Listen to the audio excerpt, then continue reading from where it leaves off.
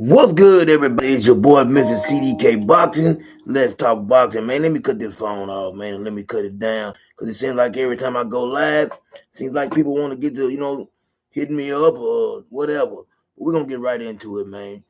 Off top, first thing I want to discuss, Javante Tank Davis and Mr. Lamont Roach hit the road. They make it down to D.C. Now, we know Lamont Roach is from D.C., but, Tank Davis said, D.C. is like a second home to him. That's one of the places that, that he had to go through in the amateurs. Hey, whoever tuned in, salute to you. You know what I'm saying? Javante Tank Davis and Lamont Roach, I'm going to get to them, but I got to talk about Turkey Al-Sheik and what he had to say about Jerron Boots Ennis. I'm a big Jerron Boots Ennis fan. But like I said, right now it's not really looking good. We've heard Tim Zoo come out and say that Boots turned down the fight with him. We've heard, that he turned down his fight with Virgil Ortiz.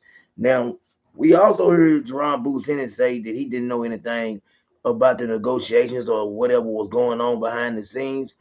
But Turkey Al-Sheik got on yesterday and done an interview, and Turkey said that Boots, he felt like was supposed to be a man of his words, that they were talking, corresponding with each other, and that Boots told him, hey, man, I'm going to take that fight with Virgil. Now, Turkey said when it was time to take the fight, Boots stopped answering the phone. He said he couldn't get through to Boots. So, man, that's a big statement. I don't know Turkey Al-Sheik's character. We know what he does for the sport of boxing, but I think it's time for Boots to respond. A lot of people are asking where's Boots at. You know what I'm saying? Nobody's hearing from Boots. I know Boots don't get on here and do a lot of talking. We don't hear Boots on the social medias or doing a lot of interviews. We rather see that from Boots. But I think it's time for Boots to answer some questions, man. I mean, it's time for Boots to let us know what it is and what it ain't. So I definitely want to hear what Jerron Boots Ennis had to say about Turkey saying basically that, hey, man, you stop answering your telephone. And one thing about Turkey, man, if I see his number coming through my phone with the type of money he's passing out, hey, man, I'm going to break my neck trying to answer that phone. I just don't understand. There's a lot of, something isn't adding up somewhere. I kind of felt like the Turkey didn't speak with Boots. I felt like he spoke with Eddie. And Eddie told him the Boots gave his word he was going to make that fight. I'm starting to believe that Eddie Hearn jumped the gun with this situation. I feel like Eddie Hearn didn't know what Boots wanted to do. But more than anything, if you're paying attention, it's not Boots that's pushing this 154 issue. It's Eddie Hearn. And as a promoter, you can't be mad at Eddie Hearn. What I'm thinking, Eddie Hearn looks at it like this, man. There's more money at 154 than it is for 147 for Boots. So that means more money for both of them. I believe Eddie Hearn truly wants Boots to go up to 154 and take on some of those tough challenges and make some real money. I definitely believe, man, that Eddie Hearn is the one pushing the 154 thing. But for me to hear Turkey Al-Sheik say, hey, man, listen, I talked to Boots and he gave me his word he would fight Virgil Ortiz. And then when it was time to, make the fight, couldn't get no answer. Man, that's a strong statement. I don't know how y'all feel about it, man. But, I just want to hear from Boots. And I wish somebody, man, YSCM Sports Media, who is somebody that I know, man, shout out to him, that's around, Boots a lot, I believe, or in that area. My guy, Mr. Greg Hackett, somebody, man, needs to get in contact with Boots. One of those guys needs to do an interview with him, or just see what he has to say about Turkey in that statement he made, man. Because right now, sometimes they say the best thing is not to say anything, but then sometimes it's not true. Sometimes, man, when people are really just stepping on your name, you got to, man, pull up and, hey, show out. It's time for Boots to pull up and show out. And what I mean by that is, let us know what the real is and what's the reason behind him not wanting to go up to 154. You know what I'm saying? I understand he wants to be undisputed, man.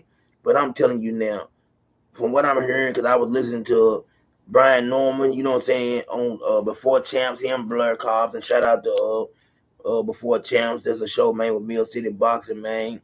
And I really love that show. It's a great show, you know what I'm saying? Mill City does an excellent job, man. Y'all check him out. But they was on there all. Don't let me leave the champ out, man. None other than Zab Judah. That is their show. Zab Judah is one of my favorite boxers ever. But I've listened to Blair Cobbs talk, and a lot of people don't speak on Blair Cobbs, Blair the Flair. He calls himself the most exciting man in boxing. He's been doing a lot of talking, getting a lot of airtime from Mill City. You know, I definitely want to interview him and see where his head is at. He's taking this win with Adrian Brony and he's running with it. And we know without a doubt, hey, respect to him for getting in there and handling his business with Broner. But man, listen, man, Broner is probably 7, 8, 9 years past his prime. Broner is nowhere near the fighter he once was. He's a shot fighter. We know that Broner really his career should still be going strong, but he's self-destructed. So I would really love to know, what I'm saying, uh, what anybody thinks about Blair Claw, and does he really deserve a shot at Jerron Boots Ennis? Now, if I'm Boots, I probably pull a Shakur Stevenson, man, right now. You know what I'm saying? People keep calling my name. People keep calling my name. I need to make an example out of somebody. So I would love to see Boots, man. I ain't even gonna lie. Just because I know that Blur is not on that level that Boots is, I don't care. If Boots take that fight, man, I don't care what nobody say. They can say whatever. I would love to see it, man. Cause I don't know what his fight with Brian Norman ends up at. Brian Norman Jr. We heard Brian Norman Sr. doing a lot of talking. Respect to him, man. His son is doing a wonderful job. Uh, but this is the problem I have, and I keep telling y'all, you can't make me think that you turned down 1.2. I feel like this right here, people not gonna tell the truth. When you turn down that type of money and you just made $100,000, what you telling me is this right here. I know I can't beat this guy, or my son can't beat this guy, but I'm gonna sell the belt to Eddie Hearn and Jerron Boots Ennis because that's what it was, a cash out. Anytime you turn down some real money or some real bread, man, like that, all you're doing is cashing out. Ain't nothing wrong trying to cash out, getting the biggest payday you can. But if I really have confidence and believe in myself, and I know I can beat somebody, guess what I'm gonna do, man? Because I know you're gonna want to put in there a rematch clause. I'm gonna beat you the first time, and then when I come back to the table, whatever I got the first time, if I got 1.2 million the first time, guess what I want this time, man? You gonna have to give me $3, $4 million getting there with you this time. If you want some get back, you're gonna have to pay me. So that's how I really see that playing out, man. I think that I'm tired of hearing all the talking from these fathers. Man, they don't never shut up. It's like the sons don't have a voice. What happened to the days when we had the fighters like Ali or Floyd, man? They done their own talking. These days, man, you don't hear anything from really from any of the fighters. It's all about, what I'm saying, the fathers. And we got a lot of fathers doing a lot of talking. Some of them sons can bag it up and some of them can't. But one thing about it, they don't stop talking. I respect it when if you come out there, think about this right here. Man, I love the way Kenny Porter carried himself. You hear from Kenny Porter, but it wasn't overboard. You know what I'm saying? Nothing but respect the way Kenny Porter carried himself. Floyd Mayweather Sr., the way he carried himself, man. These new age guys, man, I'm talking about, man, the talking is it just goes above and beyond. It's ridiculous, man. It's okay to do an interview, but it seems like, man, they want to be in the spotlight more than their kids do. These fathers are definitely living through their children. They are not, making their own path or creating their own lane. They are living through their children's. Their children's dreams have become theirs, and in a sense, become their realities. And that's what we're looking at, man. Keeping it 100.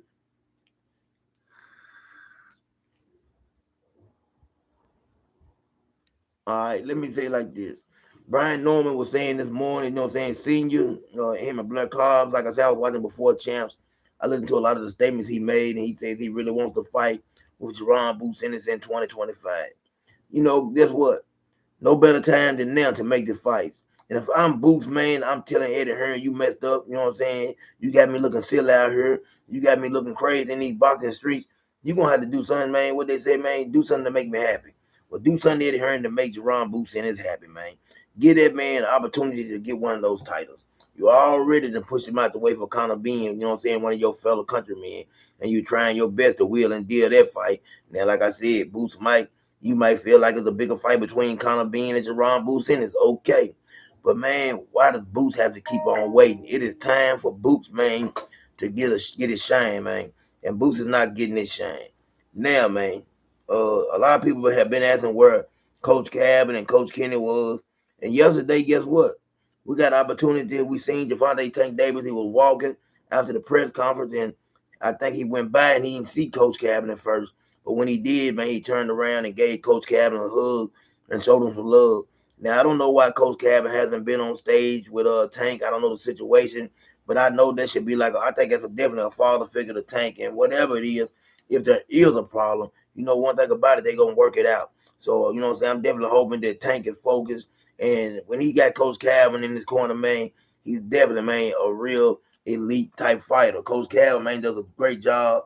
I just don't want anything to happen to that relationship. A lot of times we see what happened when fathers or father figures, leave their fighters, man. We seen what happened to Mike Tyson once, he didn't have his same trainers. Mike was never the same. You understand what I'm saying? Just a different situation, but Mike was never the same. I'm sitting back looking, like I said, man. Turkey, man, is making these fights happen. Boxing exciting, but I definitely want to see Blair Cobb. I want to see Boots, man, next year get 3 fights.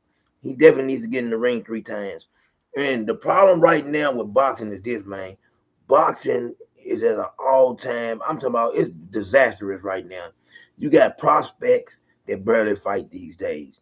Over the time when a prospect might have 10 fights in a year. Man, you got prospects fighting once or twice a year like they're real champions. It doesn't make sense. That's why boxers are not really truly developing anymore.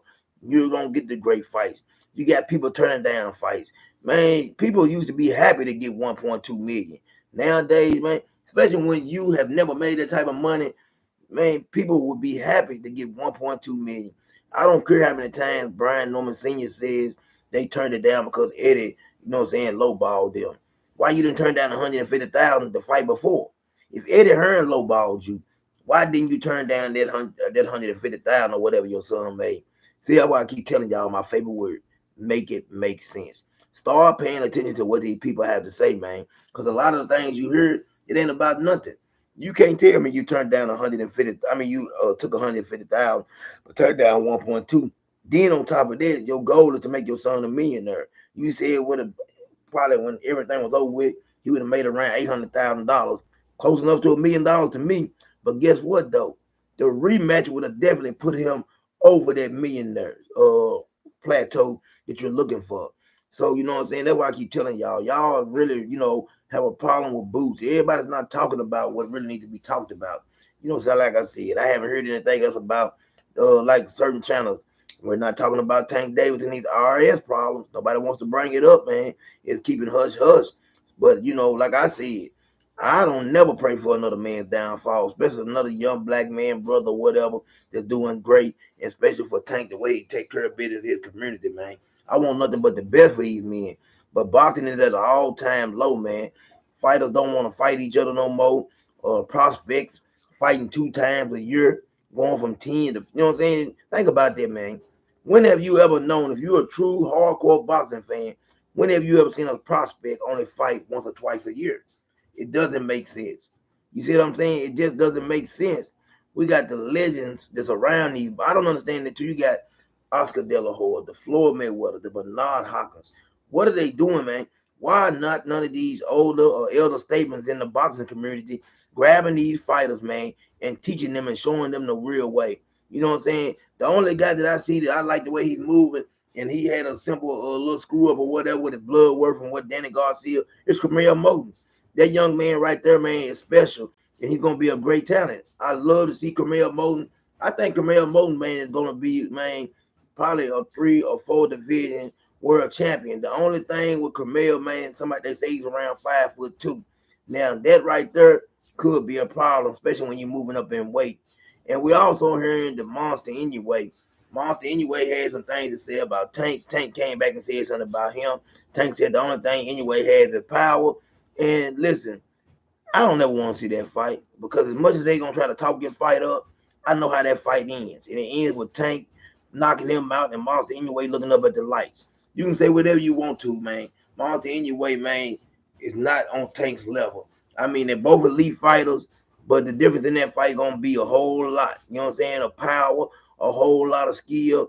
I want, you know what I'm saying? Maybe I do want to see it. Maybe because people have put Monster anyway up here now. So maybe I do. I don't know, you know what I'm saying? But let's keep talking about the fathers, man. Right now, you know what I'm saying? Floyd Schofield Sr., Brian Norman, these guys right now are leading the forefront for their sons. They are leading the forefront. I see these guys, man, like I said, interview after interview, talking. They can't get enough of talking, man. And I would be so proud if it was my son, you know what I'm saying? But I also know how to play the back. I know how to, get behind my son, pause, whatever. You know what I'm saying? Get beside my son and allow my son to be, the leader, to allow my son to have his spotlight. That's what you're supposed to do. Let your child have the spotlight. You can't keep on, jumping out there. And we're probably not gonna get I don't know, we're probably not gonna get the Jerron Boots Ennis fight with Brian Norman to maybe, I don't know, March or April if it happens. There's the question. How many of y'all really think this fight's gonna happen? How many of y'all really think Brian Norman wants to fight? How many of y'all think this? This is what I would like to see. A lot of people are saying Boots got exposed. So there's only one way for us to find out whether or not Boots got exposed. We need to see Curran in the ring with another, American fighter, another contender, somebody in the top 10. Uh, I don't mind if it's Blair Cobbs. They can put him in there with him. I think that if Blair Cobbs wants a shot at Boots, and I don't never do nothing like this, maybe he should get an opportunity with Curran. And if he beats Curran, then he should get the fight. Because I'm gonna tell you now, I got a real strong feeling that Curran beats a whole lot of those guys. But Curran probably gonna get an opportunity now. You know what I'm saying? If Eddie Hearn or somebody gets, gets the ball moving, I think Curran will get an opportunity to show how good he is. And it's just like with Magnemov. I think when he beats Virgil Ortiz, y'all gonna respect, Terrence Crawford's skill set a lot more because you're gonna realize just how good and great Terrence Crawford really is. You know, I've heard people they laugh and saying Boots got exposed. I'm hearing, there was no exposing that fight. I think real boxing, anybody been in the ring, anybody knows anything about boxing, you seen what the skill set that Curran brought to the ring, man. And I'm gonna stand on this, and I believe it wholeheartedly. I believe Boots beats, man, Virgil Ortiz every day of the week and twice on Sunday. But guess what? We're not gonna see that fight, man. We're not gonna see that fight because Virgil Ortiz is now saying that he's not gonna have any more negotiations with Boots. I ain't gonna hold y'all up today too long, man. I just wanted to get this out there. I'll be back. You know what I'm saying? We're gonna keep doing this. And like I said, we're gonna keep following this Boots thing. We definitely want to see what Boots has to say. Turkey out of Sheep put out a strong statement by saying that Boots stopped answering the phone. Man, that's wild to think. I can't believe that, man. I don't really truly want to believe that Turkey was calling and Boots stopped answering the phone. I don't believe it, man. But this is CDK Boxing. Like, subscribe, and comment to my channel. I'm out.